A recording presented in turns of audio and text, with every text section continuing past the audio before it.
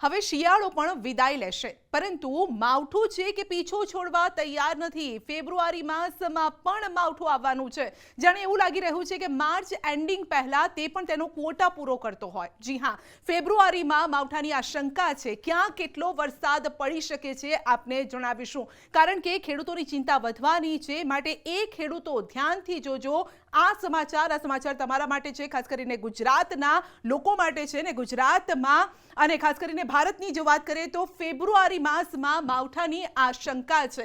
ફેબ્રુઆરીમાં રવિ પાકની કાપણીની સિઝન હોય છે, કારણ કે કાપણીનો આ સમય હોય છે। શિયાળામાં જે પાક લીધો છે ખેડૂતો ફેબ્રુઆરી માસમાં તેની કાપણી કરતા હોય છે, અને એ સમયે આ માવઠું આવવાનું છે, માટે આ ચિંતા વધવાની છે। ગુજરાત સહિત સમગ્ર દેશમાં વધારે પડતા માવઠાની શક્યતા છે, અને રવિ પાક આંબામાં મોટા નુકસાનની શક્યતા છે। એટલે કે કેરીના જે શોખીનો છે તેઓ માટે પણ આ ચિંતા વધારનારા સમાચાર છે। આપણે જણાવી દઈએ કે ગુજરાત સહિત ગુજરાતનો આપ મેપ જોઈ રહ્યા છો, અને જ્યાં જ્યાં આપને બ્લુ કલર વધારે જોવા મળી રહ્યો છે, વાદળી કલર જ્યાં આપ જોઈ શકો છો, ઘાટો વાદળી કલર આપને જ્યાં આછાથી ઘાટો વાદળી કલર જ્યાં આપને વધારે જોવા મળી રહ્યો છે।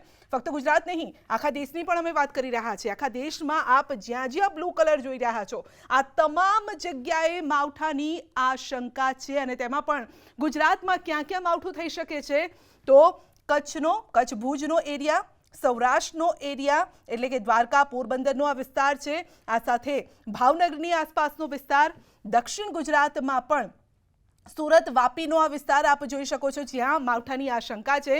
બીજી તરફ ઉત્તર ગુજરાતથી લઈ મધ્ય ગુજરાતનો આખો જે આ પટ્ટો છે આપ જોઈ શકો છો, અને ખાસ કરીને જે એમપીનો બોર્ડર એરિયા છે એટલે કે દાહોદ લઈ લો, પંચમહાલ વિસ્તારમાં પણ આશંકા છે। અમદાવાદમાં પણ ક્યાંક માવઠું થઈ શકે છે, કારણ કે મધ્ય ગુજરાતમાં છે। ઉત્તર ગુજરાતમાં પણ આપ જોઈ શકો છો કે બનાસકાંઠા પાટણ આસપાસનો જે વિસ્તાર છે ત્યાં પણ માવઠાની આશંકા છે।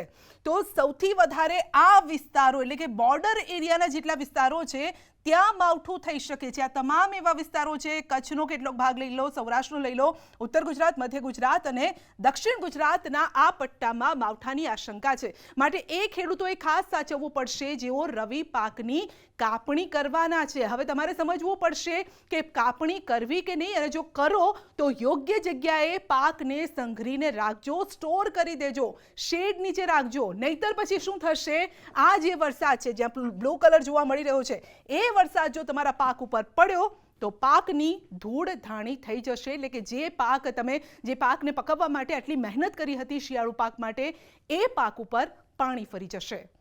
ઉત્તર ભારતમાં શીતલહેર વચ્ચે રાજધાની દિલ્હીના વાતાવરણમાં પલટો, અનેક વિસ્તારોમાં વરસાદ થતા વાતાવરણમાં બદલાવ આવ્યો। એકાએક વરસાદ વરસતા ઠંડીનું પ્રમાણ વધવાનું અનુમાન।